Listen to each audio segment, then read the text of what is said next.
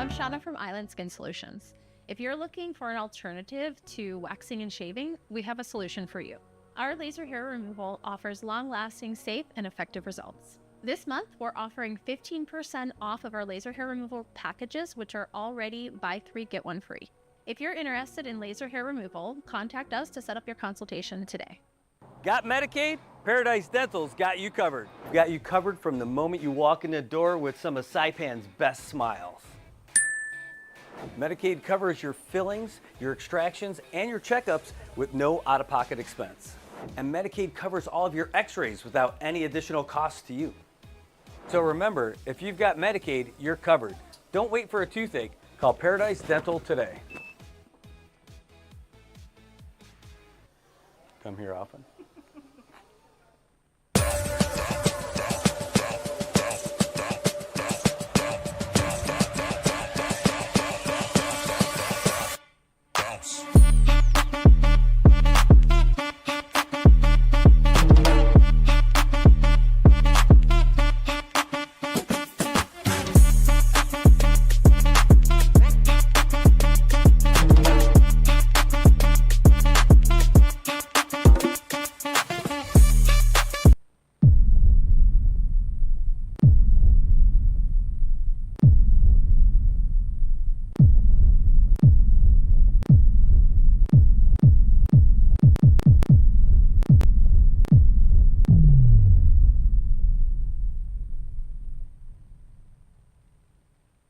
Hi, I'm Shauna Brenfleck, nurse practitioner and owner of Island Skin Solutions and Wellness Clinic.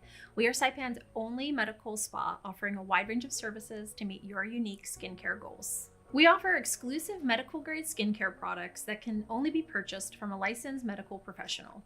We also have the CNMI's only master esthetician, who offers new patient consultations that include a mini facial tailored to your needs. Schedule your consultation today to get started on your skincare journey. AP News, I'm Ben Thomas. Iran fired a new wave of missiles at Israel today, killing at least 8 people, and that drew a response. Israel striking back, hitting Iran's state television during a live broadcast.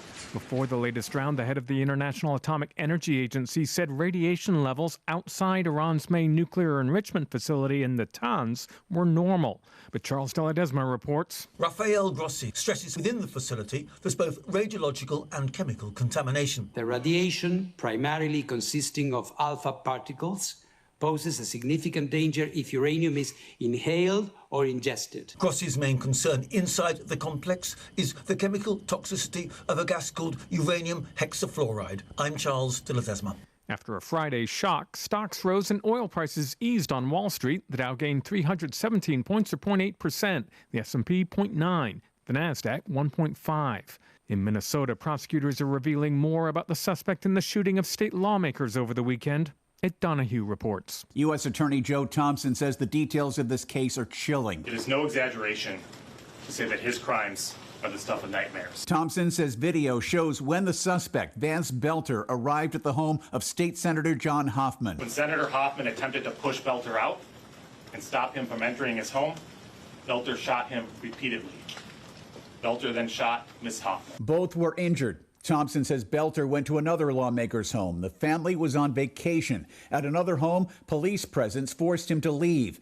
Then police encountered Belter at the home of former House Speaker Melissa Hortman. He repeatedly fired into the house, and when he entered, he murdered Representative Hortman and her husband, Mark. Thompson says Belter did extensive research on his victims and their families. I'm Ed Donahue. This is AP News.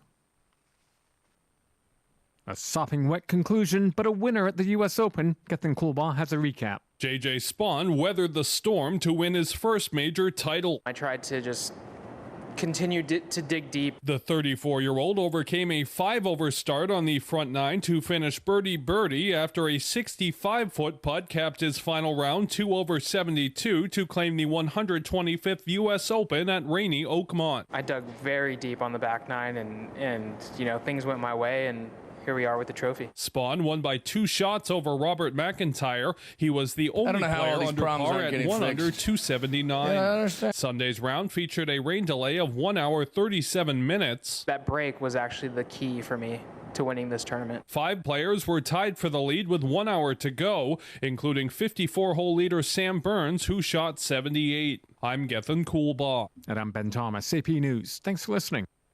PHI is your local pharmacy serving customers in Cagman, Garapan, and Dandan since 1996. Shop PHI Pharmacy for all your prescriptions, and we even offer a large line of multivitamin supplements. Our Dandan location is open weekdays from 8 to 6 and 8 to 4 on weekends. Or visit our Garapan and Cagman locations weekdays from 8 to 6 and 8 to 1 on Saturdays. Check us out online at phipharmacy.com or follow us on Facebook. PHI is a locally owned independent community Health Mart pharmacy. Health Mart, taking the time to listen and care.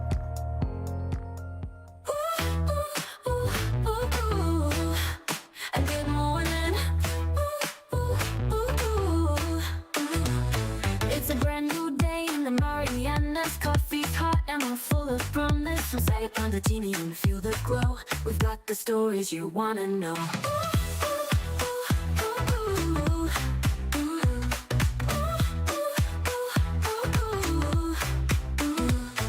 The palm trees sway, the traffic's light. Sunrise news, we're feeling right. Tune in now, don't miss your chance. Start your day with Island Dance. And good morning. Good morning, Marianas. Good morning, Marianas.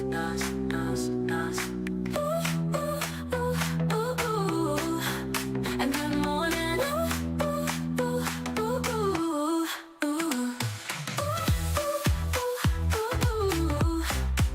And good morning.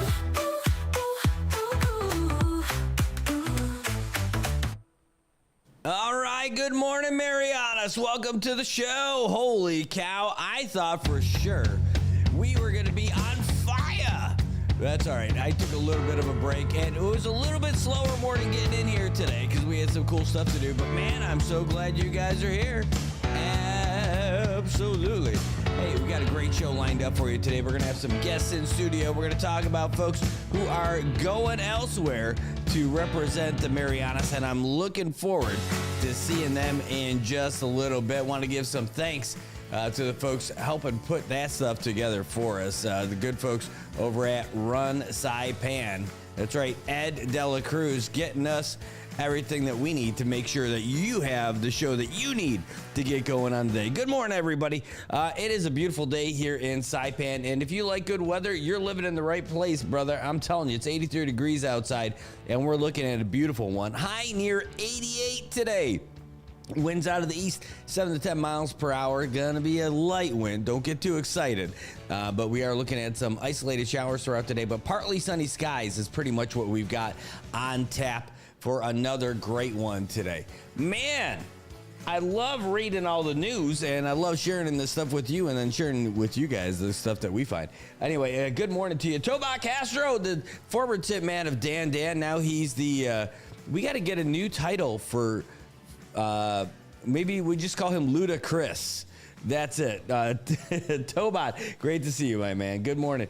Ann Antow, queen of the cat gifts. She is in the house today. Anthony Demapan, my brother. That dude's beard can stop bullets. True story. Joshua Brazel, good morning, my friend. Good to see you. Shoko in the house. Great to see you today as well, you guys. Thanks so much for tuning in. I know you guys are all on different channels and all this other stuff, but it is great to see you guys. And find out like what the heck's going on, make some sense out of what's happening here in the Marianas, because there's a lot of things happening. Like for one, we do have a new managing director of MVA, but now we're gonna have to find out who's gonna be the chair again. That's right, Gloria Kavanaugh. She already resigned her post from Marianas Beach Resort. She's heading out to Florida. She's going to Guam first to visit some family and friends and all that, and then she's heading out to Florida. What's she doing out there? She didn't say, but we're excited for her. She'd been here for a really long time. She is super nice. Been a great friend of the Marianas, and we wish her all the very best on her travels. I don't know what she's going to do next, but it is great that she was here, and I'm glad I got to know her. I got to meet her when she was the general manager at the Marianas Resort and Spa up there in Marpy. Yeah, remember that place that used to be open before we screwed up that whole deal with that's all right. But she was the general manager up there. And I was putting together races. No, they're bike races. No, not the people. Come on. Okay, so bike races. And I'm like, hey, I got this great race. And it needs a home. And I think that your property is the best home for this race. What do you think? And she said, yes. And they rolled out the red carpet. We did this really badass mountain bike race that we started right over there across the street from Marianas Beach Resort, over there by the pool that used to be open and all that stuff too. And that was the start and finish point. But then we had the big banquet right there by the pool over there at the hotel. But they brought their folks over to support also, where they had, they brought their speakers and music and power. I'm like, oh my God, you guys are great. This is before, like, regular people had kind of badass little stereo systems that were really, really good. Yeah, they did all that. They served stuff up. We had sponsors with all the drinks and all that other stuff. And it was great. And they loved it. And they were like, yeah, I want to do it all the time. And so that was great. Anyway, she ended up moving her way up the ranks and getting all the way up to one of the top spots for NBA and then sharing her talents with other properties in Saipan. So it was really great. And so we're going to miss her for sure. Gloria, safe travels.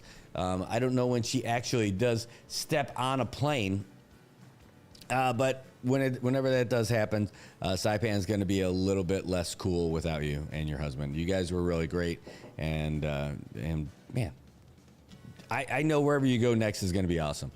All right, so we're going to have to figure that part out, and that means that's going to be another spot that's opened for the board.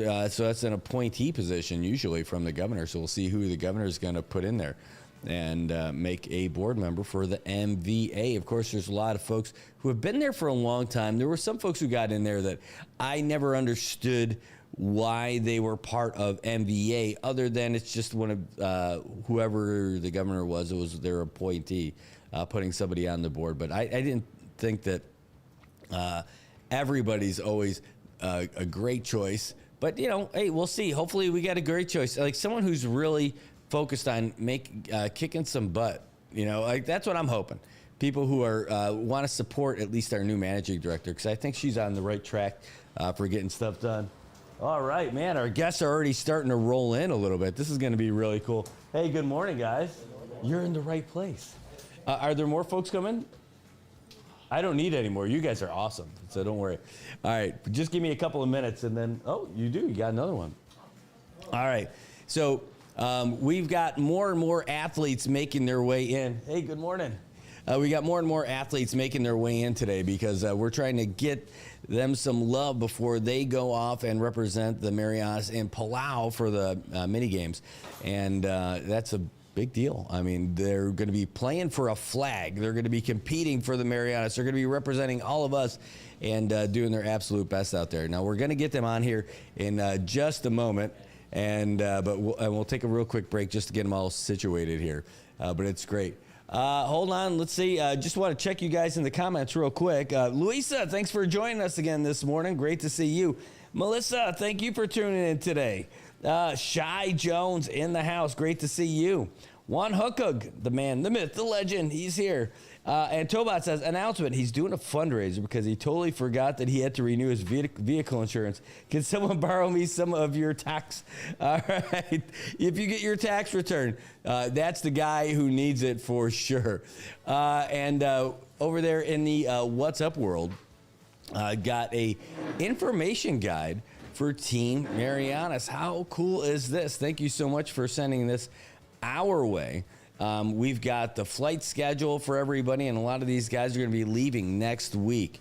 And that's exciting for them, for sure. We're going to miss you guys. No, we're going to be cheering. We're going to be able to cover a lot of it from here, too, because there's going to be a lot of great coverage. So we're going to keep you guys up with everything that's happening. All right, so let's do this. We're going to keep going through. I'm checking out all the listings on all of this stuff. This is great. And we'll get this stuff out. All right, this is a great guide. Thank you so much for sending this over. This is outstanding. Hey, good morning, Tamara. Great to see you. Awesome to see you. Trey Dunn is in the house. Hey-o. Cade Mangarero, thank you for tuning in this morning. Great to see you as well. You guys all tuning in from all these different spots. It's great to see you. All right, now these guys, it is 8:02, and we do want to take a short break just so we can get these guys all set up. What are we going to do that? All right, so funny enough, fun story. There is another new headline news thing that just came out, right? Let's make sure. There it is. So we'll just air that while I get these guys set up and get them the new thing. So you figure it's only going to be about a couple of minutes. So don't go anywhere. We're going to get you the latest headlines right now from the Associated Press. So don't go anywhere. AP News, I'm Ben Thomas. Prosecutors say the man accused of killing a Minnesota lawmaker and wounding another went to the homes of 2 other lawmakers on the night of the shootings. Fortunately, the state representative was not home. She and her family were gone on vacation. That's U.S. Attorney Joseph Thompson. He says the suspect left the other house after police arrived. Vance Bolter surrendered to police Sunday. He's charged with murder and stalking. Israel and Iran continue to trade airstrikes. Ed Donahue has the latest. One Israeli attack targeted Iran's state-run television during a live broadcast.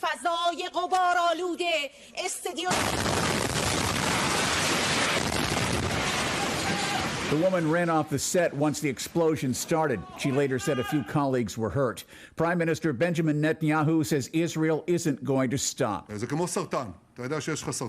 says it's like cancer. You know, you have cancer that's going to kill you. You remove the cancer. You also undergo treatments, and it might come back one day. But I believe we're keeping it away. Let's say for a long, long time.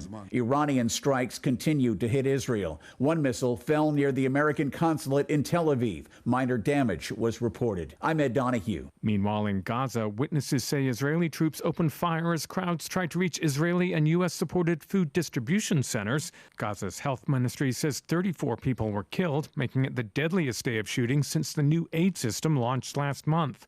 No immediate comment from the Israeli military. A doctor charged with giving actor Matthew Perry ketamine in the months leading up to his overdose death has agreed to plead guilty to 4 counts. Prosecutors say the plea carries a maximum sentence of 40 years in prison for Dr. Salvador Plasencia. The Friends star died in October 2023 at age 54. And the world's most visited museum, Paris's Louvre, failed to open on time today, union staff protesting work conditions. This is AP News. President Trump and British Prime Minister Keir Starmer say they're signing a trade deal to ease tariffs between goods from the U.S. and the United Kingdom. It's a fair deal for both. Going to produce a lot of jobs, a lot of income. However, it does not include tariffs on steel. Talks on that are ongoing. And Seth Sutel has the AP Markets report. Stocks closed solidly higher on Wall Street as some calm returned to markets. Crude oil prices gave back some of their surge at the end of last week, which came after Israel attacked nuclear and military targets in Iran. The S&P 500 climbed 0.9% Monday and recovered most of its drop from Friday. The Dow Jones Industrial Average added 317 points. It's about 0.8%. The Nasdaq Composite rose 1.5%. The price of a barrel of U.S. crude oil fell 1.7%. The price of gold also fell. Treasury yields rose in the bond market. And that are yield on the ongoing. 10-year Treasury Seth Sutel climbed has the to AP Markets report. 4.45%. Seth Sutel, New York. And I'm Ben Thomas, AP News. Thanks for listening. PHI is your local pharmacy serving customers in Cagman, Garapan, and Dandan since 1996. Shop PHI Pharmacy for all your prescriptions, and we even offer a large line of multivitamin supplements. Our Dandan location is open weekdays from 8 to 6 and 8 to 4 on weekends. Or visit our Garapan and Cagman locations weekdays from 8 to 6 and 8 to 1 on Saturdays. Check us out online at phipharmacy.com or follow us on Facebook. PHI is a locally owned independent community Health Mart pharmacy. Health Mart, taking the time to listen and care.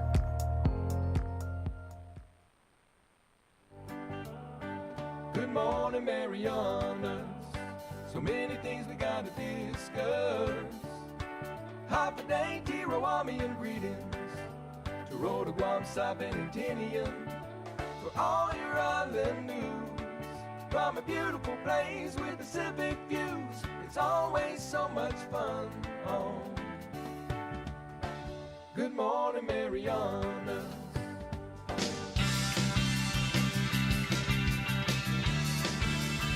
All righty, good morning, Marianas, and welcome back. We are back, and it's great to see you guys in the house with us again today. Well, that music's a little loud, huh?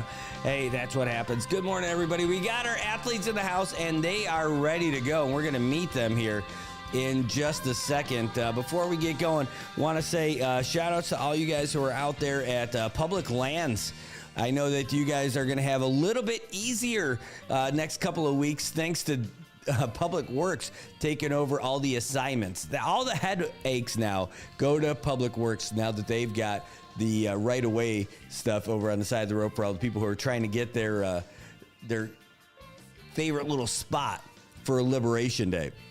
Unfortunately, I don't know if these guys are going to be here for Liberation Day because they're going to be heading over to Palau next week, and they might not make it back in time because they're out there representing the Marianas. And boy, you know, we hope that they can make it. And if they can't, well, you know, then I guess they're going to be too busy doing other great things and achieving greatness overseas. Good morning, everybody. Thanks for coming. Good morning. All right, so since we've got so many of you guys, and I know you guys are all doing different things. We'll start with you, Caitlin. If you can go around and tell everyone your name and who you're going to be representing. And again, for this one, you got to be really close to this microphone. Oh yeah, totally. That's your first competition sport right there. All right, go ahead. If you could tell everybody who you are and what sport you're representing. My name is Kaylin Chavez. I'm representing NMI for athletics. All right. My name is Theodore Tudela Cleveland Assumption Rogers, and I'm representing athletics in the 100 and the 200 meters. Your last name on your jersey's got to be the longest last name on any jersey. All right. Angel San Nicolas, weightlifting, NMI. My name is Simon Daniel Tang. I'm joining athletics and volleyball. 110 hurdles, 400 meter hurdles, and middle blocker for volleyball. Man, so it's indoor volleyball too. Oh, you can move that around, by the way, and get it that way so the camera doesn't hit you in the face or get blocked by it. Anyway, you guys, welcome. You got a whole bunch of different sports and everything, and different events within your sports, and it's exciting that you're doing it. Is this the first time competing internationally for any of you? No, because you're all familiar faces. I've seen you guys do all this other stuff. Anyone's first trip to Palau? Yes. Yeah. No, you've been there plenty? Yeah, actually, I've been to Palau in 2016 for Micronesian Cup for paddling. So that year, Marianas Outrigger Canoe Club swept all events, and I was a part of that crew. That's awesome. Yeah. So what made you make the jump then from paddling to go to weightlifting? Well, actually, I was already competing in both sports. I paddled when I was in high school during my junior and my senior year, and I learned weightlifting, late, like in my early 20s. So after high school, I just stopped paddling, and then I learned weightlifting literally like a year into my gym membership at Gold's Gym, and I just kept at it from there on. That's outstanding. So what are some of the things that you're going to be doing for weightlifting in the games? Like, what are the competitions? Just how heavy can you do it? The form, like the positions, all that stuff.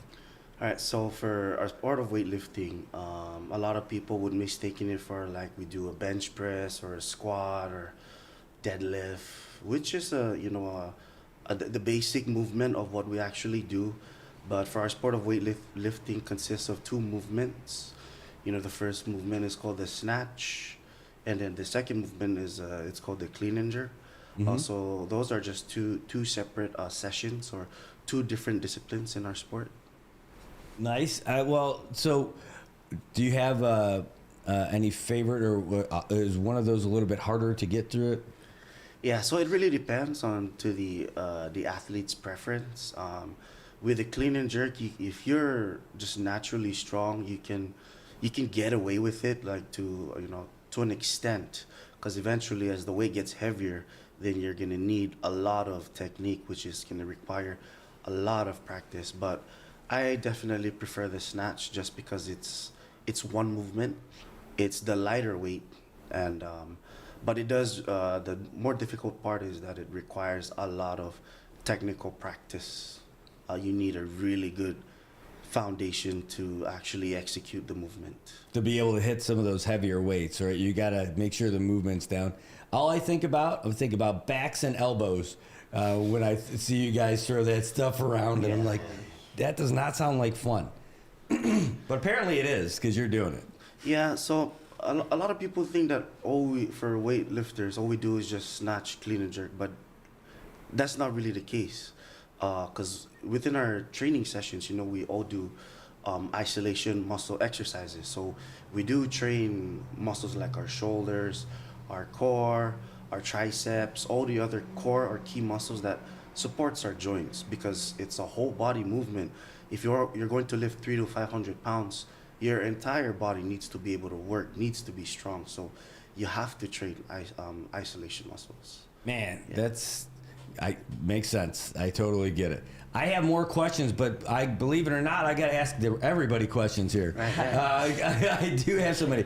Let's talk about the volleyball. I'm excited about that too, because I'm so used to hearing about like the beach volleyball and the 2v2 and everything. So this is 6v6? Yes, sir. All right. So tell me about your team and tell me about what you do as a blocker.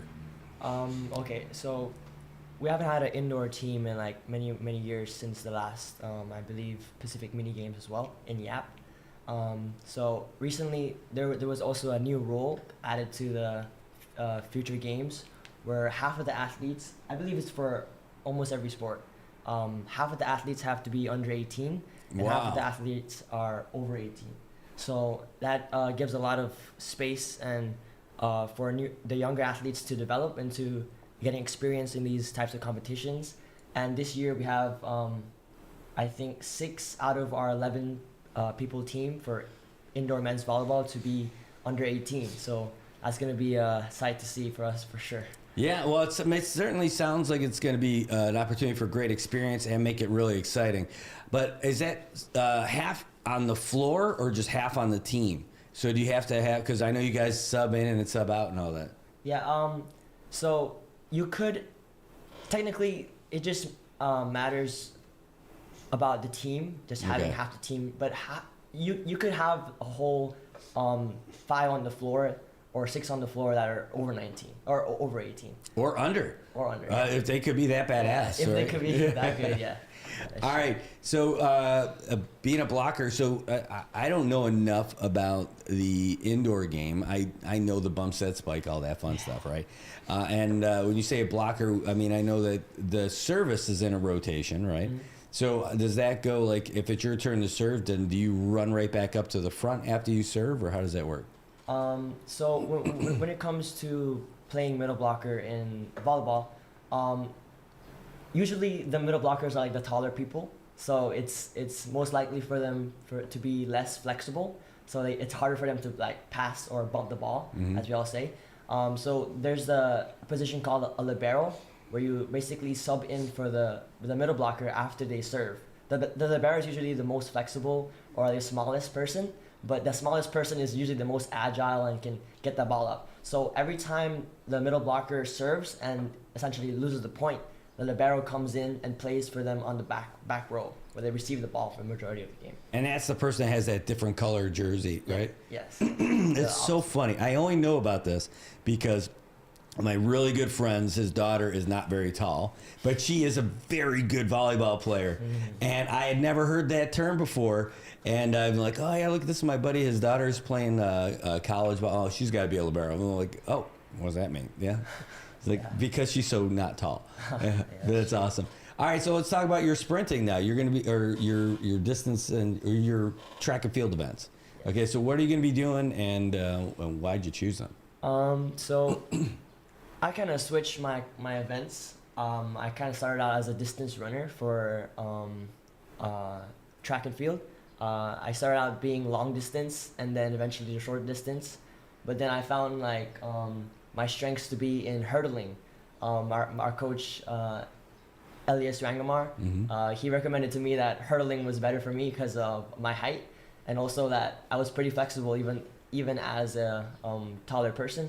So combining my speed and height, it was very crucial to becoming a better performer on the track and field. So do they? I've seen that they're adjustable. The hurdles. Can you just pick the shorter one? I'll take the short one. I want to know. Is it a certain height for the age group or something? Not necessarily age group, but it depends on the distance. If you're running 400 meters, the hurdle height is the third hurdle height, which is essentially shorter than the 100 meter or 110 meter hurdle. 110 meter hurdle is like up to my chest, which is really, really high for a hurdle. And there's around 10 hurdles for the 110 meter. So wow. Yeah. So are you allowed to just run through them? What happens? You are allowed to run through them, but it's you need so much power to get through it, and then you're gonna lose so much time because you can get stuck upon like your feet could get stuck, or you could like every hurdle you basically like toss down, you lose a bit of your momentum as well. So what if you're a libero and run under them? Can you run under the hurdles? That's a disqualification. Disqualification. Okay, thank you. If it's a liberal push down of the hurdle, then it's a DQ. I'm pretty sure. Yeah. But what if you're just like, whoop? You're just ducking? No? No, that's not. All right, so let's stick with athletics. Caitlin, what are you going to be doing? I'll be doing the 800 meters and 400 meters. Wow, that is gas. That's awesome. Yeah, big time. So I know that it's going to take you way less time than it would take me to do 400 or 800 meters. You could probably do your 800 meters as I do my 400 meters, and you're still going to beat me. That sucks. But that's probably where it's going to be at. All right, so do you have a time in mind? Like, is there, I know anything could happen, the wind, all that stuff. But when you're going and you're thinking about this, do you have like a little mental thing that you're kind of hanging on to? So with 800, it's like a long sprint. So yeah, very mental, like a lot of mental, like just like holding in the pace, like the fast pace, and just like keep going even though it hurts. Oof. How about the 4? The 4, it's not really my event, but same goes with the 800. It's both fast, both like sprinting for so long. Yeah. My gosh. So I always wondered about this. I ended up getting into distance because most people don't like it. So, and the competition was easier for me. The sprints, I never really had a great strategy. I know you could just go all out, but still, in a distance, I know how I could kind of manage that endurance part. But for the short distance, how do you dial that amount for that extra little kick at the end, or are you just 100% from start to finish? So with the 800, I usually go like faster than my second lap. Mm-hmm. So second lap is usually like 4 seconds shorter, but in the end it's still like a push. So basically, I'm fast in the first lap. The second lap slower than the first lap. Nice. So the negative splits, do they call it that for you guys? Yeah, something like that. Nice. So do you try to play like little head games with your competition as you're going on those things? Like you don't want to get too close to them, even though you know you can get them because you don't want them to kick in too early? With the competition here, yes, but out there in Palau, I'm not really sure yet with the competition, but I know it's going to be hard and fast. So I know you do all kinds of different sports out here and everything. So what made you choose this for these games? So I chose to do the mini games because I'm going to college after. So I wanted to finish it off with like this type of competition. Nice. Where are you going to school? I'm going to University of Mobile for soccer. Oh man, that's awesome. That's very cool. When do you leave? So after Palau, I actually have a soccer competition. So I stay here for 2 weeks, and then I go to, we have a training camp in the Philippines with the team, and after that we head to Uzbekistan. Wow. And we'll be staying there until like August 10, and then I come back and I leave August 15 to Is college. that EAFF or something? Or AFC U20. Wow, that's awesome. That's super cool. Yeah, we play against Uzbekistan, Jordan, and Bahrain. Wow. Awesome experience. Yeah. No kidding. I've never been to Uzbekistan. I could probably spell it. Probably. But I'm not positive. All right, so talk to us about your events and everything. I see you at all the running events and everything. You were even out there for like the Masters stuff, because I saw the pictures when I was gone. So what do you got going on for the games? I'm doing the 100 and the 200 meter. It's been my distance for about almost all the years of doing track, because I start off as middle distance, because for the same reasons, it's like easier competition. And then just moved down to sprinting because I hated running the long distance. Yeah, I remember you from your Star Wars run outfit, the AT-ATs. So are they AT-ATs or AT-ATs? What do you call them? Yeah, it's an AT-AT. That's what I call it. See, now you got to leave. No, it's okay. That's what I called when I was a kid.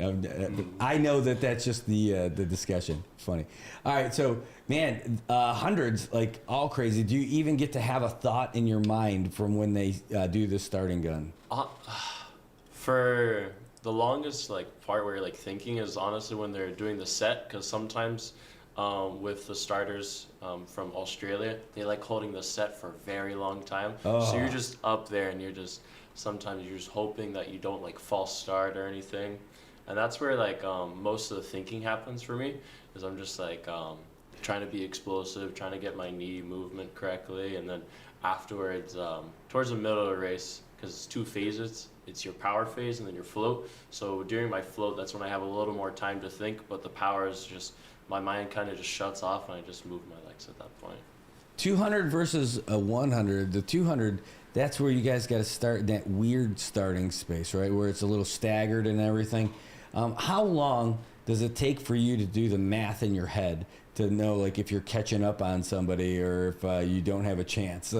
How does that? Well, I'm sure that don't have a chance never happens for you, but it would happen for me. But because of that staggered bit, when you make that, you're coming around the first turn, and you got your second turn. And then it just makes sense to me at the end. The last 100 is when I can make sense of that whole thing. So usually here, I usually start in lane 4 or 5 towards the middle. So as long as I know that I catch up to lane 7 or 8, then I know that I'm doing really good. But when you get into the farther out lanes, lane 8, you just don't know, and it's really crappy sometimes, because you're just you think you're ahead, but then once you hit the straight, then you're just super far behind. But yeah, so as long as I catch up to one of the people on the inside, that's when I know I'm doing really good. Is that now you don't get to choose? How do those lane selections get chosen? So I think the rules were changed 2 years ago. It's the people towards the middle have the fastest from the prelims and semifinals. Mm-hmm. And then the people towards the outside have the, it starts staggering in the slower times. So they want to have the best camera angles for the people in the middle, probably, is what they're saying. All right, I'm trying to wonder, why would they, how would they pick it? And if you had the choice, if it wasn't because of the speed or, how you placed, do you have a choice? Do you have a preference? Clearly, it's not lane 8. Right? Yeah. Okay, so is there one that you like better out of all of them? I love lane 4 and 5 because it has a perfect blend of curve and straight, because lane 8 is just you're running a curve for so long, so you kind of have to tilt your body, and lane 2 is lane 2 and 1 is you only do a slight curve and then you're just already into the straight. So yeah. Do you guys ever do relays? Do you ever practice relays? Yeah. Have you ever hit someone on the head with a baton and said it was on accident? No? All right, I saw that happen this year. I was just wondering how that felt. All right, so you guys are all probably training in the same facility. Are you training at the gym too, over here? Yeah. All right, and then you guys, at least for the athletics part, you guys are at that same area. What's it like just training, seeing each other, and seeing all the other athletes getting ready? This morning we all showed up and we just stayed at a cafe until time, but it's really good. I know sometimes volleyball, I think yesterday you guys were at the track running. We don't see them because they track in the nighttime, no? Yeah. And then we practice in the morning, so the rest of our day can be free for either weightlifting or recovery or something. So, yeah. You pretty solo all the time? You don't get to see these guys? Oh, I mean, no. I see them a lot Yeah, we now. see you. Yeah. Recently, we started like adding more workouts to our actual training routine because competition is coming up and we need to like refine our feel for the track. So from 3, I think, practices a week to 5, I think. So yeah. So we get to see each other more, I guess. That's awesome. How big is the weightlifting team? I don't mean like big, but like, how many people you got on the team? I think we have about 3 females, and then we have 1 athlete from Tinian. Yeah? Yeah. And then we have 1 athlete that currently resides in Okinawa for military purposes. No kidding. Yeah, so, but he's been actively competing and representing NMI, so he's definitely a must to be in the team. So That's outstanding. Yeah. It's great that we got some representation from Tinian also. So often it's mostly Saipan, right? Yeah. So getting folks from from Tinian and Rhoda involved, it's got to be difficult for them for training, to try to train with any team, right, from afar. So weightlifting makes sense. Like you can do a lot of that stuff kind of solo probably. Yes, definitely. That's pretty cool. How about you guys for athletics? There's like 1,000 of you guys, right? We're a small team this year. Yeah, Really? It's a very small team. So you got sprinters. So I mean, like, you got like, what's the longest distance race that's going on? I think Tanya Tan may do the half marathon. That's up to her though. She loves just doing those. Yeah. But yeah. And then we got our 2 throwers, Lyle Andrews and Maria Igato. Excellent. As well as Victor Nash. He's Oh, yes, off Victor island right Nash, now, yes. but he's one of our top junior longer distance runners. Awesome. So we got throwers, we got sprinters, we got hurdlers, we got volleyball players. How about the volleyball team? And you guys you said you got 11 people on the team. We've got a women's team also? Yes, we do. The women's team only has 10 people though, so they have no libero. No, really? Yeah, they have. They're no. all liberos. Essentially, yeah. Yeah, so that's that. it. Yeah. So we lack a little bit on the height and the length for some of that stuff, right? On the women's side? No, actually, our team selection has been like really spot on because the team for volleyball, they've how do I say this, like got a group together of like officials and team Northern Marianas Volleyball Association to have a really like refined selection for the people to go to the this new competition. So the females are actually like really tall and yeah. Wow. Like one of the names I could say is like Azi Fatilofa. She's 6'2.5", I think. Ooh. So that's gonna be a good competition for us at least. Nice. So we got that. How about doing training for multiple events, at least in track and field and stuff like that, is one thing. But like you're doing 2 completely different sports. So how do you balance that between your training for all that and then your nutrition when you get there and your rest when you get there? So there's a lot of factors to that. So I try to manage my time through like organizing with my coaches, but the good thing about having track and volleyball is that they're like completely different times. Like for track, we train at like 5:30 in the morning. Sometimes I come a little later, but but for volleyball, we train at 6 at night or 5 p.m. at night up to like 9 p.m. So like my trainings are usually like complete opposite days as well. So Monday, Wednesday, Friday, Saturday, Sunday is volleyball, and then Tuesday, Thursday, Saturday is track. So yeah, also it's my diet is pretty like restricted because I'm Muslim, so I can't eat like majority of the foods that is on island because there's like I'm restricted to only seafood and vegetables and stuff like that. So yeah, not even chicken? I mean, I could eat chicken, but it has to be prepared a certain way. Oh, so, okay, yeah. So my diet's really strict. So even when I go to Palau, I have to like maybe just eat eggs or something. Yeah. So try and stay healthy for Man, I ate with a lot of Muslims, and chicken was definitely on the table. Chicken and rice, and we ate some good chicken and rice. It was good stuff. Good stuff. Well, man, that's a whole nother element to it. I mean, you're traveling to another place. You got to take into account like what you're going to use to fuel yourself when you're going to these places. Are you bringing anything with you that's significant? Maybe something for nutrition. Maybe there's a hydration thing. Is there something you guys? I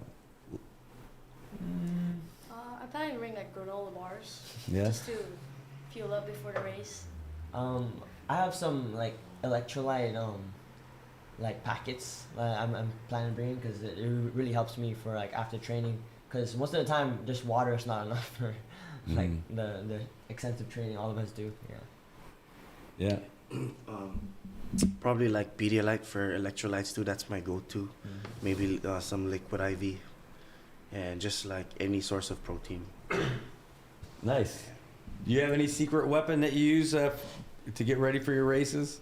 Sometimes I use Katinko. That's just a Romeo. But how does it taste?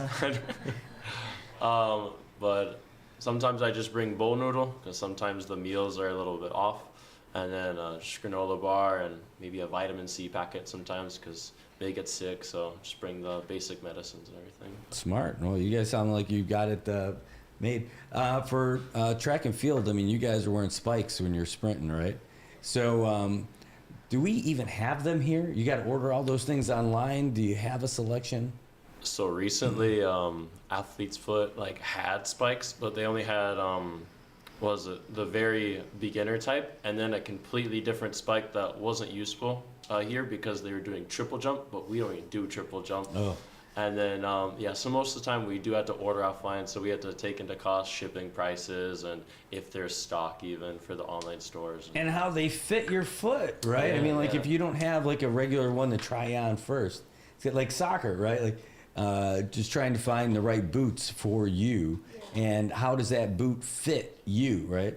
And are you wearing like platform shoes, like special shoes for the weightlifting has their own specific shoes too. It has to be like completely flat. There's different variations based on the height of the heel, so it really depends on the athlete. So if you're someone that has really bad hip mobility or ankle mobility, you may definitely need a higher heeled shoe. But for myself, I use a lower heeled shoe, so it depends. Just that real flat bottom, like for squats and stuff like that. Yeah, especially if you for mobility purposes for the most part. And I'm guessing you're not using any spikes when you're doing volleyball. So, what kind of shoes do you like to wear for stuff like that? You use running shoes, basketball shoes. Are there volleyball shoes?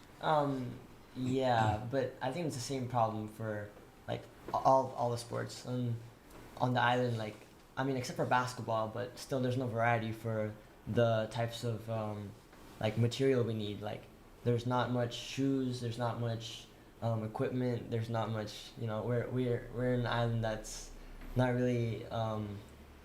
We don't have the material we need to really thrive and have the correct material. I mean, have the correct performance. So, I think every sport has to like order from somewhere else. Like even Ba'a, they don't have their paddles and everything.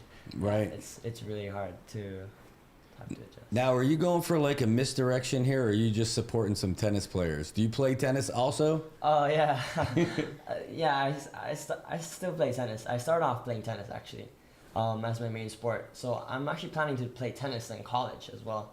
Wow. Yeah, but since there's no tennis for this specific competition this year, decided not to join because I couldn't join. Do they usually have tennis in the mini games? Yeah. The previous competition for the mini games here, we had a top player, top 300 in the world actually, Colin Sinclair. I don't know if you remember him. Yeah. When he was here, he dominated for tennis. I think won like 5 gold medals, 25,000 stipend or something because of all the winnings and all that. All the winnings he bought. That's why they got rid of it. Dude. We can't afford it anymore. You guys can't do tennis at all. My gosh. Caitlin, you're doing all these different sports here in Saipan. So how do you balance training for these games?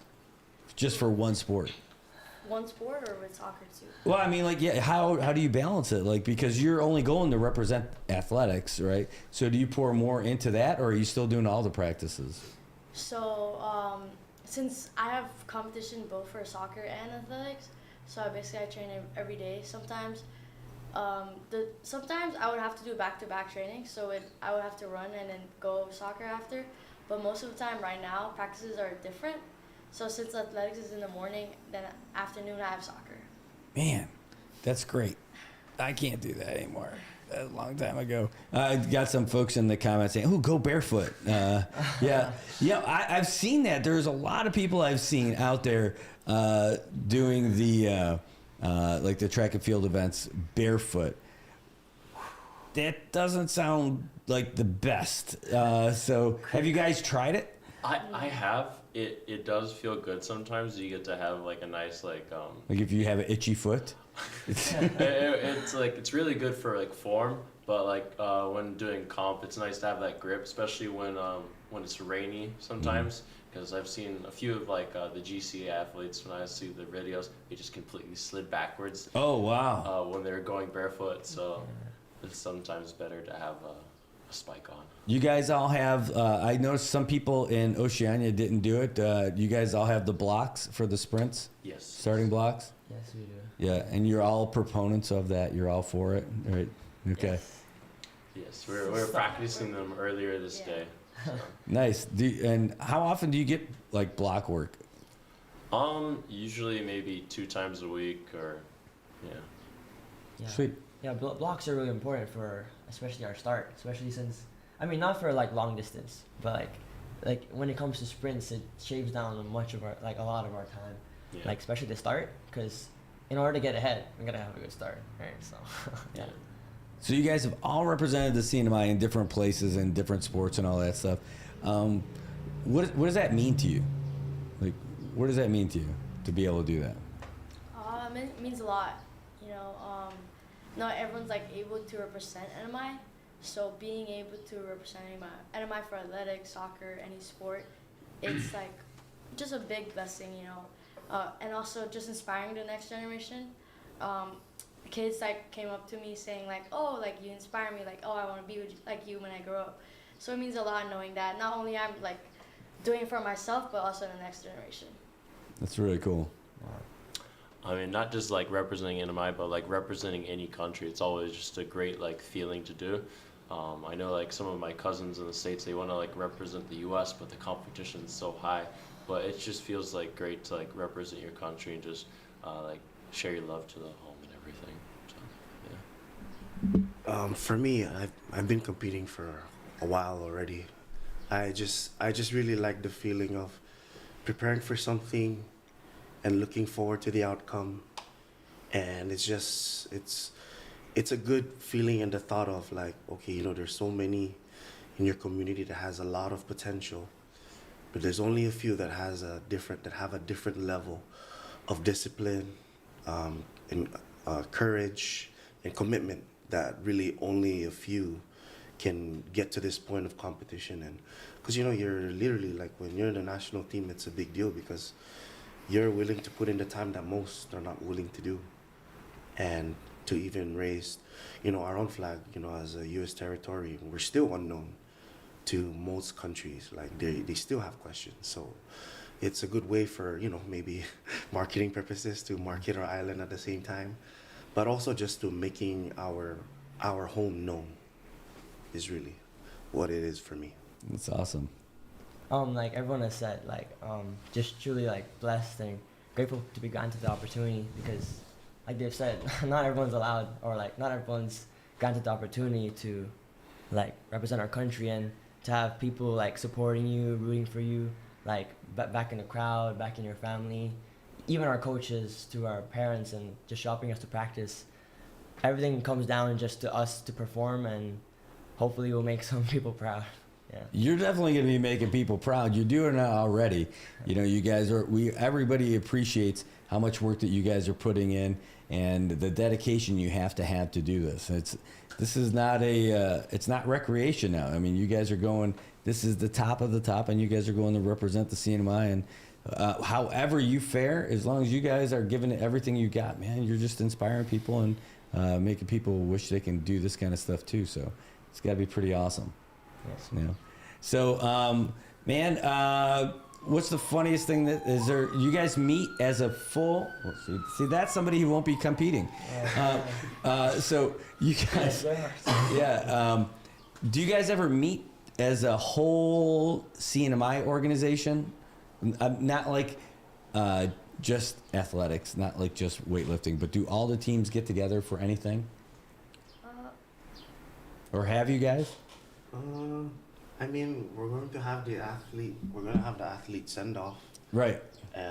But if you're referring to the games, yeah, like in Solomon Islands, there was like a gathering where they gave us a feast and everything for NMI, and then I think there's going to be another, a gathering for the juniors, all the U18 or U19 athletes among so Micronesia. So as far as NMI goes, I mean, I guess only when it comes to sporting events like this, where they have the entire NMI national team from every sport come together. Well, that's awesome. I'm excited for it. I'm excited for you guys. Anyone you want to acknowledge or any shout outs to anybody? Yeah, actually, I want to shout out to my mom and my dad, everyone in my household. Literally preparing for this competition, I don't see them very often. Like ever since I started putting in training with the national team in January, I literally wake up in the morning, go to work. Right after work, I go straight to training, and right after training, I'll either go do my cardio work at the track, or I go do some recovery work. I get a deep tissue massage, and by the time I get home, they're asleep. Wow. Yeah, so even though we live in the same, like literally house, it's like, oh hey mom, good morning, bye. Yeah, I come home, they're asleep. Like that's like really what's been like for the past half year for this. So sorry in advance, a lot of the birthday parties I missed, grad parties, sorry for coming late. It's always been like this, I know you understand, but I'm gonna do my best. Nice. Yeah, you don't even think about it, that there's also a real life factor, like a job. And then every other party. Saying no to food in Saipan is the hardest thing to do. It's almost an insult. You're not going to try it? Like, I'm sorry. Okay, I'll have some. All right. Any acknowledgements for you guys? The rest of you guys? Shout outs? Yeah, I mean, shout out to my parents for consistently supporting me. And like you said, too, I don't see my family, my relatives, even my friends for the last like couple months, especially with extensive training.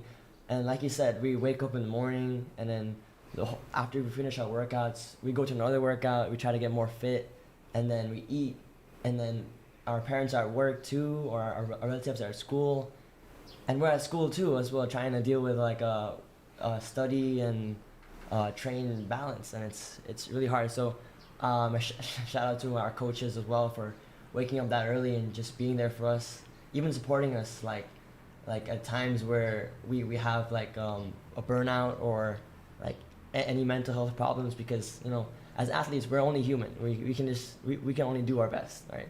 So yeah, I think that's all. Nice. Go ahead, you. Okay.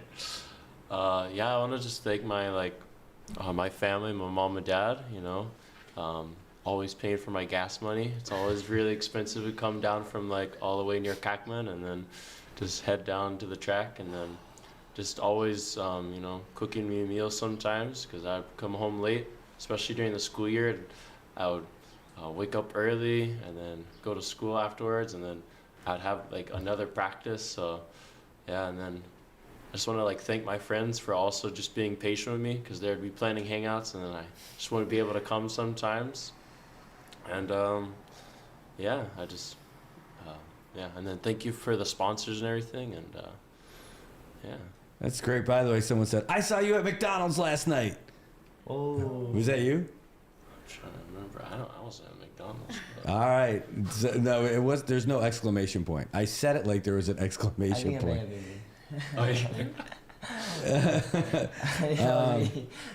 It says, make sure you visit Icebox. Not only you just saying, I saw you at McDonald's last night. I'm like, okay, that's great. So anyway, Caitlin. Like what everyone said, just family, mom and dad, friends, but also people behind the scenes that made this happen. Like, just like a little thank you, and like the community especially. Everyone's been supportive. Yeah, just that's about it. Awesome. All right, so you guys, when you come back to Saipan, how are you going to measure your success? You know, you're going to say this was a good trip. Like, trying to forecast it now. What will make you feel like this was a success for you? Start with anyone could go first. You want Jock and Poe? I can go first. I guess for me,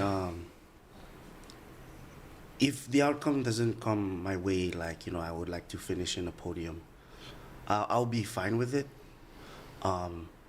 Because, you know, like, you cannot control, there's a lot of things you cannot control. So the best thing you can do is just do what you can.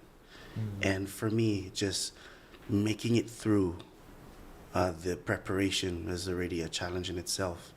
You know, and Simon mentioned about mental health and all that stuff. Like, I wasn't a believer of that at first, but, you know, as I guess I've been being a competitor for the longest time, you know, you sometimes wonder, question like, why am I doing this? Like, what do I expect out of this? And I guess not quitting, not pulling out, not putting all the investment and the time to waste, just making it there is already a win for me personally. You know, I don't look at it as a free trip. And everyone here, we all have that same mindset mentality. We're all going there to win. We're going to go there and give it our all because we do the same in training. And so just making it there is already a success. And as long as we deliver our best performance possible, that's the best thing we can give ourselves, is that we give our best and not hold back. That's awesome. Yeah, like as you said, I'll just give my all and everything. It'd be nuts to be on the podium and everything. But I'm really hoping for like a new PB and everything, and that'd just be wonderful. Maybe a national record. So a new peanut butter is what he's talking about. Now, personal best. Yeah, PB. All right. What do you think? Like what he said, just being like just training for it is already hard, and like what Theo, just hopefully being my record in the 800, and yeah, just having fun too. Love it. I mean, just being in the pool of those competitive athletes is already honestly a win. Like, just being compared to like just anyone. Like, we're just human. Like, we're competing against like the best athletes of like the Pacific, essentially the world, because people from not only the people of the Pacific, like there's Australia as well, like associated members. And those people have competed like for years upon years, and we can't really just compare ourselves to who they are to who we are. You know, we just have to like look at it as long as we really like expect nothing, essentially. Like, we expect nothing, but we do our best to see what happens. I feel like that's like the type of mentality we should have, because when you expect something, you're like bound to be let down, essentially, right? But when you expect nothing, and you work your hardest to do your best, that's where you really like find the joy in the journey. You find the joy in the competition of actually practicing to get there, and that's just that's just the mentality we need to have. Yeah.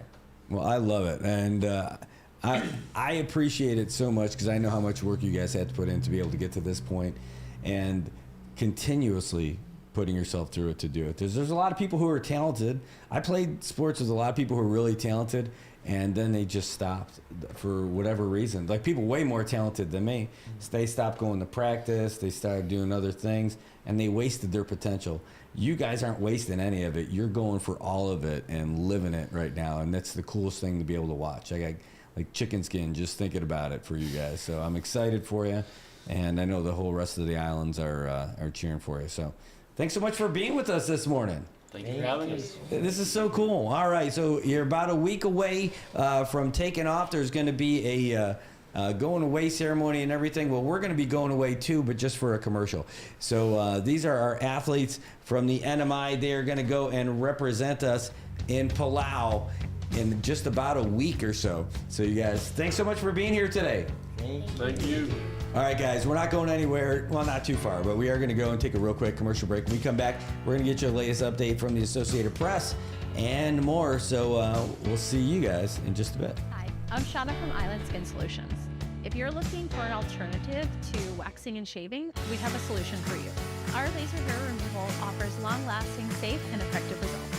This month, we're offering 15% off of our laser hair removal packages, which are already buy 3, get 1 free. If you're interested in laser hair removal, contact us to set up your consultation today. Got Medicaid? Paradise Dental's got you covered. We've got you covered from the moment you walk in the door with some of Saipan's best smiles. Medicaid covers your fillings, your extractions, and your checkups with no out-of-pocket expense. And Medicaid covers all of your x-rays without any additional cost to you. So remember, if you've got Medicaid, you're covered. Don't wait for a toothache. Call Paradise Dental today.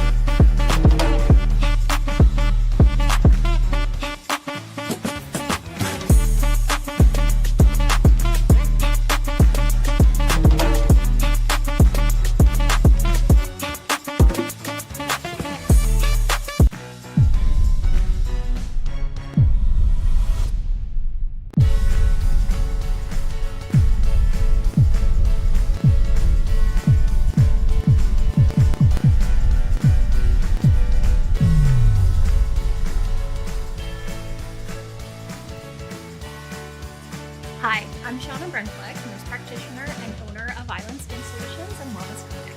We are Saipan's only medical spa offering a wide range of services to meet your unique skincare goals. We offer exclusive medical-grade skincare products that can only be purchased from a licensed medical professional. We also have the CNMI's only master esthetician, who offers new patient consultations that include a mini facial tailored to your needs. Schedule your consultation today to get started on your skincare journey.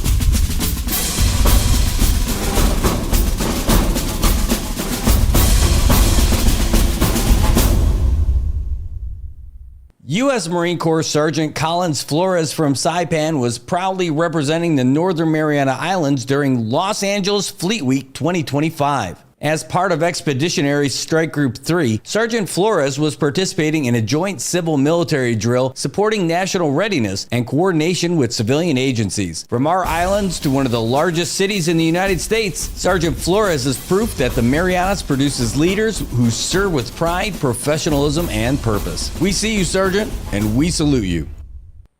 PHI is your local pharmacy serving customers in Cagman, Garapan, and Dandan since 1996.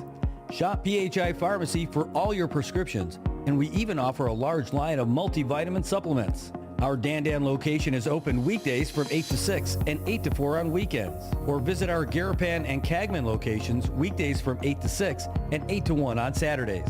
Check us out online at phipharmacy.com or follow us on Facebook. PHI is a locally owned independent community Health Mart pharmacy. Health Mart, taking the time to listen and care.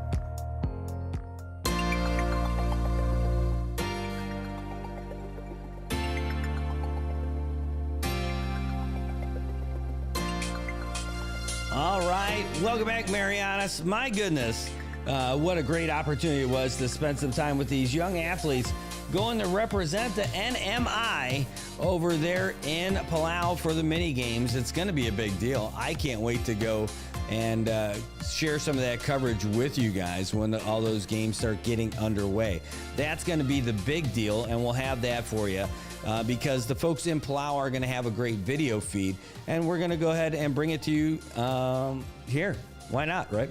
So, hey, there's a bunch of stuff that ended up happening yesterday that we saw, and some like a great press release that we ended up getting from one of our representatives, and it didn't come as a press release. Actually, they just sent us the actual letter from our Precinct 1 representative, Vincent Cobre Aldan. He sent the letter to Kevin Watson from CUC, and a lot of no uncertain terms in there, and I want to put this up on the screen for you so you guys can see it, because it comes straight to us and we send it straight to you. We did a story about it yesterday.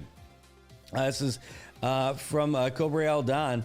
Says, hey, and we'll read it for you too. We'll get through it real quick and we can sum it up as well. But he says, Dear Executive Director Watson, I write to express my concern regarding the Commonwealth Utilities Corporation's current policy requiring government agencies to execute an interconnection agreement before being connected to the utility grid, even for projects that incorporate energy-efficient technologies or are supported by federal funding. While I appreciate CUC's interest in ensuring clear accountability and planning, this practice appears inconsistent with your agency's statutory obligations under the law. That section of law plainly states that CUC shall assist and promote its customers' use of energy efficiency energy efficient building techniques and energy saving devices. The language does not merely authorize CUC to support energy efficiency, it mandates it. Moreover, the law requires CUC to develop programs and report to the legislature on its efforts to advance this requirement. There's no indication that CUC has created or implemented such programs in active coordination with government agencies. CUC is not only creating administrative barriers to grid access through interconnection agreement delays, but it's also failing to work with the very government agencies listed in the statute to fulfill its obligation to promote energy efficiency. There is no functional program in place between CUC and these agencies as envisioned under the law, and this statutory failure is not a discretionary oversight.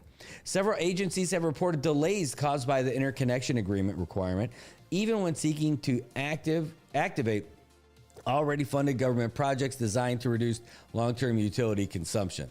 These delays have the effect of discouraging energy efficiency upgrades, undermining public investment, and directly violating this legislative purpose of the public laws listed in here. More often, CUC's inaction is not limited to procedural delays. It also reflects a broader failure to advance the Commonwealth's renewable energy goals. Under the law, the Commonwealth renewable portfolio standards require government agencies and utilities to support private sector development and to maximize the adoption of renewable energy efficient technologies across public agencies. The Departments of Commerce and Public Works are statutorily tasked with coordinating renewable energy use across all government entities, including CPA, PSS, and NMC. Yet, CUC has not meaningfully supported this effort, nor met its obligation to facilitate renewable portfolio compliance. By requiring redundant interconnection agreements and delaying interconnections for public buildings that utilize clean energy systems, CUC is acting in tension with both the letter and spirit of the law. These failures, the lack of coordination with government agencies under the law, and the failure to support statutory renewable energy targets under the law reflect a structural misalignment between CUC policy and Commonwealth law.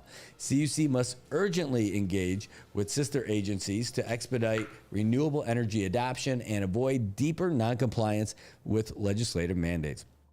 Accordingly, I respectfully urge CUC to reassess the necessity and scope of the current interconnection agreement policy as applied to government entities undertaking energy efficiency upgrades. That's number one. Number two, consider adopting a streamlined or exempted review process for such projects, especially where the grid impact is minimal or pre-engineered, and submit a written explanation to the legislature detailing how current administrative procedures comply with the intent of the law. Please submit this response as soon as practical, but no later than June 27th. That's pretty fast. It is. Give him 2 weeks. If no response is received by that date, I intend to initiate a formal oversight hearing to examine the matter more thoroughly. I remain committed to supporting CUC's operational responsibilities and its long-term financial integrity. However, I also have a legislative obligation to ensure that agency practices do not impede the Commonwealth's broader policy goals in energy efficiency and public infrastructure readiness. Vincent R. Aldon, Chairman, House Standing Committee on Transportation and Infrastructure. There you go. And that's everybody who's important that they sent that stuff off to as well. Boy, yeah, I'll tell you what, there's no love lost between our representative from Precinct 1 and the public utilities. He's been banging that drum for a while. He's been going to the meetings, all that stuff. I'm telling you about it. Yeah, that's one of the things that he's really in on, and everybody's got to have a cause, and that seems to be his big one, and it seems to work. All right, hey, just pop into the comments real quick. It says, "Did you talk about the people ICE took already? Just tuned in." Hey, Bruce, I did not talk about the people ICE took. 'Cause I don't know who they took. But I do know they, from my conversations with them, that they have only been going after people they've been targeting. So there's like the use of the word raid is not appropriate because they're not raiding anybody, but they are going after people that they've identified previously as people targeted for repatriation. Some of them have done some nefarious things, and some of them are just ready to go. So no, and they're not really keen on sharing the specifics and say, "Hey, you want to go with us?" But yeah, there's no such thing as an ICE raid in the Marianas. But there are people from ICE that are picking up people that they have targeted to repatriate. So, and they're doing it. So. I know that there was that one in Garapan yesterday, but that's pretty much it. So I'm going to take a sip of coffee. This iced coffee drink, I should say. Yeah, good morning. Good morning to you guys. Hold on, let's see.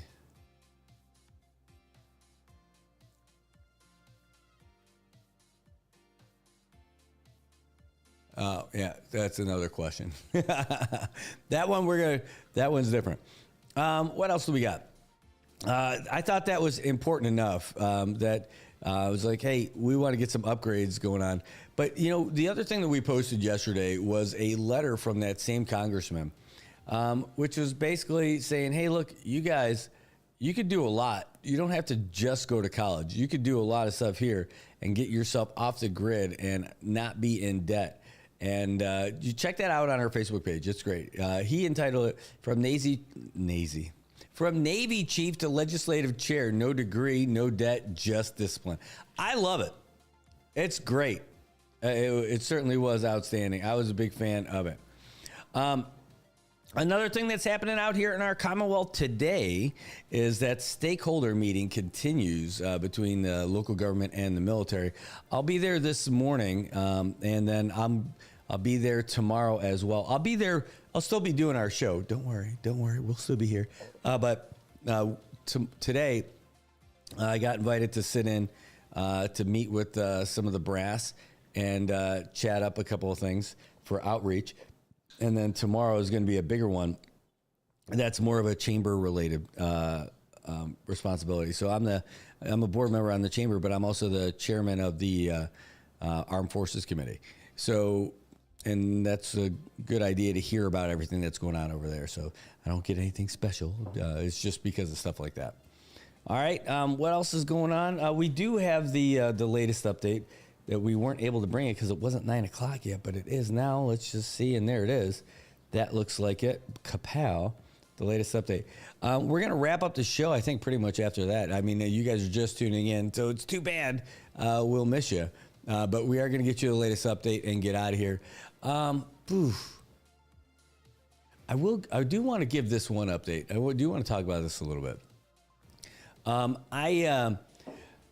I'm not going to post the photos and all this because I can't verify that this is, who it is and that it's happening and all that stuff. So I don't just throw that stuff up there. But there was a post on Facebook on one of those speak up groups of this lady who's like, hey, I'm trying to block this guy. Can you guys help? He said, here's her post. It says, I'm not sure if this is allowed in this group chat. I was getting harassed from this guy and he's asking me for sex for free. Even if I block him on any platforms, he still keeps on bothering me and my friends and family about this, and he won't stop. I did report it to the police already, but they didn't do anything wrong or give me a blue card. What should I do? We're friends, like her and this guy. I think she's saying they're friends, but this guy forced me with a lot of things, and he wants us to have sex. I'm insinuating that, or I'm interpreting. She said he wants free when we aren't in any couples. So I'm thinking she's saying that he's asking for that. Anyway, he said, but especially he cannot delete my phone number in his phone, and he keeps stalking me and harassing me. What should we do? And then she posted his number. She posted his picture. She posted his list of their WhatsApp chat and everything like that. So what we ended up doing, reached out to DPS. We reached out to Simon over there. He said that he's going to make sure that this gets looked into right away. And then we reached out to folks from the Domestic Violence Coalition, and they are going to reach out to them as well. Even though, like Maisie, she's off island, but she said she'll still do it. And I thought that was great. So we got some good folks out here who are doing some good things. And I bring it up because if you or someone that you are in a relationship with, or maybe it's a family member, if they're going through something like this, you absolutely are. The authorities are there to help you. They want to help you in these kind of things. And they just need to know what the heck's going on so they can actually do that for you. I know, it's embarrassing. You don't want to talk about that stuff, right? I get it. But you're not the one who's doing anything wrong. If somebody's harassing you, somebody's stalking you and all that stuff, you're 100% within your rights to go to the police. And this one, you're saying you're not getting the help that you need from the police, and that's got to be frustrating. I mean, it was so frustrating that this lady turned to Facebook to talk about it. But there are folks here who are willing to start helping you at some point. And I know that the folks from the Domestic Violence Coalition are definitely interested in helping you out with that. So that's great. All right, guys, I'm going to leave it with that one, and we'll move on with the Associated Press update. I want to say thanks to all you guys for tuning in today, and we'll be back again tomorrow. I'll get you whatever updates that we get from those stakeholders meeting today. And, yeah, this is pretty awesome. Yeah, Caleb, that's a great one. Throw away the phone. I mean, that makes sense, right? I saw some of the suggestions on that. I'm like, look, that lady's the one who's being harassed. Like, that guy's the one who's causing the problems. Like, I wouldn't say that she's got to get rid of her phone. I would think you could just block somebody on your phone. But I gave it to the professionals rather than jumping in on that one. But I'll tell you what, if that was one of my relatives, this guy, his picture would look a little bit different the next day. Fair enough. All right, that's the show for today. We'll see you guys tomorrow.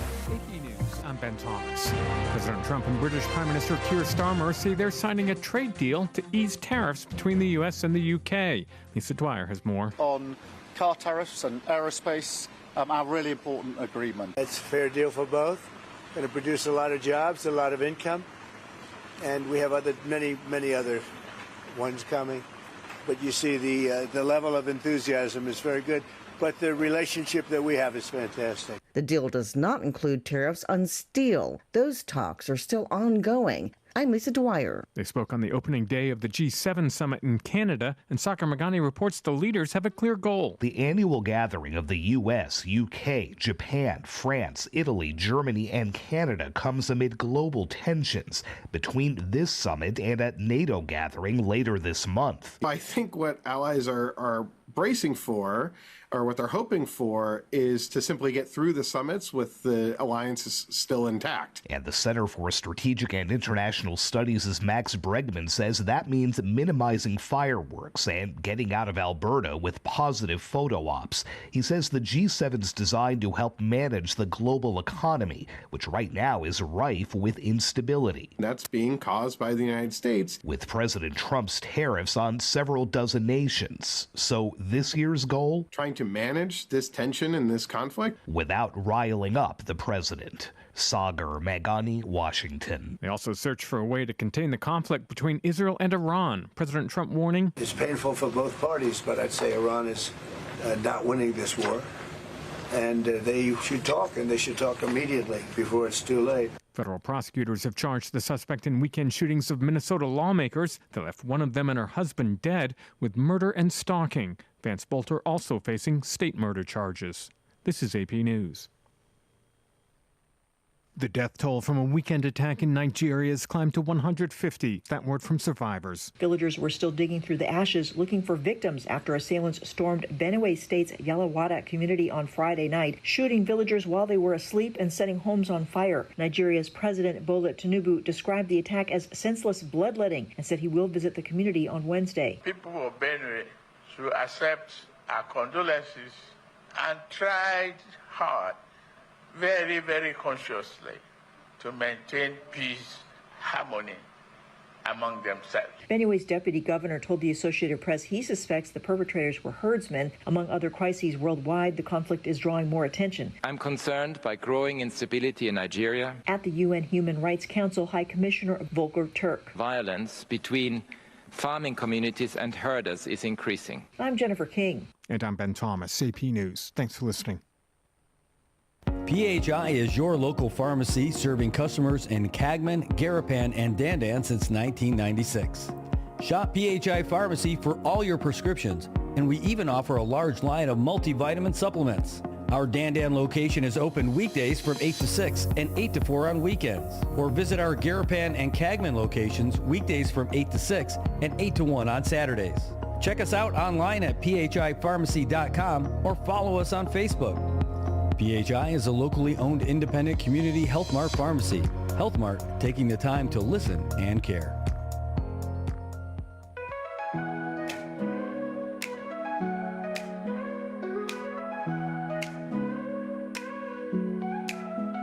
Half a day, Terrawami, sun is rising over Saipan Sea. Turn it up, start your day. We've got the news and the island way, from Rota to Tinian, Guam and the light. Traffic, weather, lots of feeling right. So grab your coffee, don't be late. It's time to elevate.